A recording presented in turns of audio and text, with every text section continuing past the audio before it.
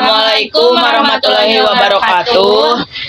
Kami ingin mempresentasikan tugas sejarah dari Bu Ida tentang Indonesia pasca POC. Masuknya pengaruh Prancis dan penduduk Inggris. Ketika Belanda diduduki Prancis pada 1795, POC dibubarkan pada tahun 1799 dan kekuasaan di Nusantara mengalami kekosongan. Inggris mengambil kesempatan menyerang wilayah Belanda sampai Prancis di Asia, termasuk Jawa.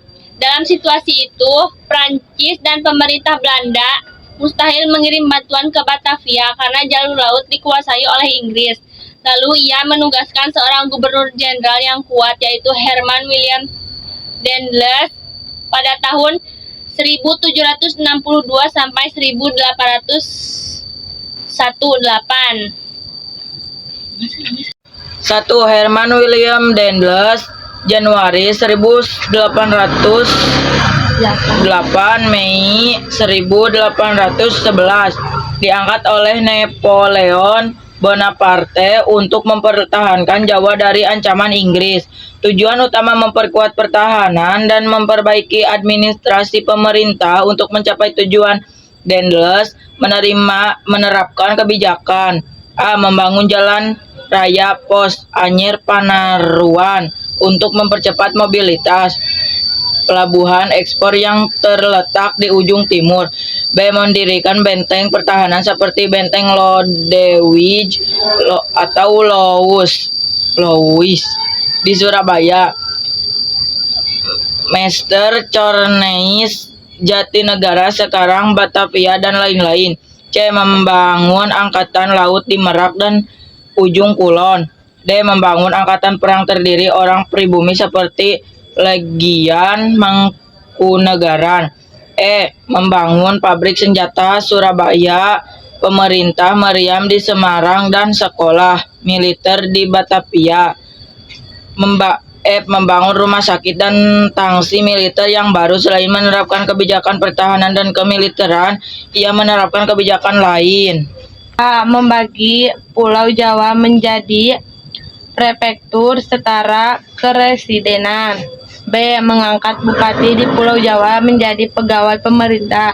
C. Menaikkan gaji pegawai tetap loyal kepada pemerintah kolonialis serta menindak pegawai korupsi dengan hukuman yang berat. D. Mendirikan badan pengadilan yang disesuaikan adat istiadat yang berlaku. Terhadap Raja Jawa, ia bertindak keras. Raja Jawa tidak menyukai. Thomas Stamford Raffles 1811 sampai 1814, diangkat sebagai letnan gubernur di Indonesia oleh Inggris, diwakili Fayaz India Company, dan menjalankan pemerintah dengan prinsip liberal. Ia adalah kongsi dagang. Kebijakan penting Raffles yaitu: 1. Menghapus kerja paksa, rodi, dan perbudakan. 2. Rakyat bebas menanam tanaman apapun. 3. Menghapus sistem pajak hasil bumi dan menyerahkan wajib dari masa POC. 4. Tanah dianggap milik pemerintah sedangkan petani menjadi penggarap yang harus membayar sewa tanah kepada pemerintah.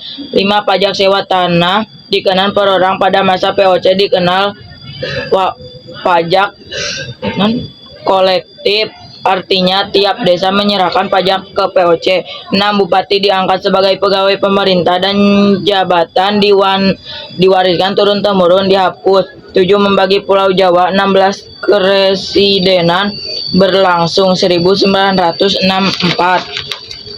8. Membentuk sistem pemerintah dan sistem peradilan yang mengaku sistem Inggris.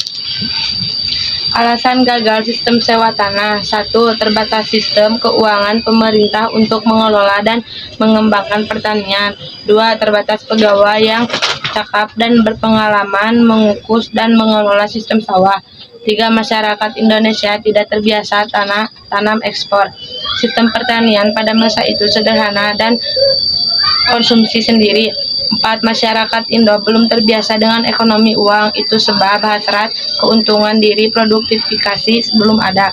5. Pajak tanah terlalu tinggi. 6. Pegawai pemerintah bertindak sewenang-wenang dan korup. Kesimpulan, Denles berusaha memperkuat kekuatan Belanda dengan sistem militer dan anti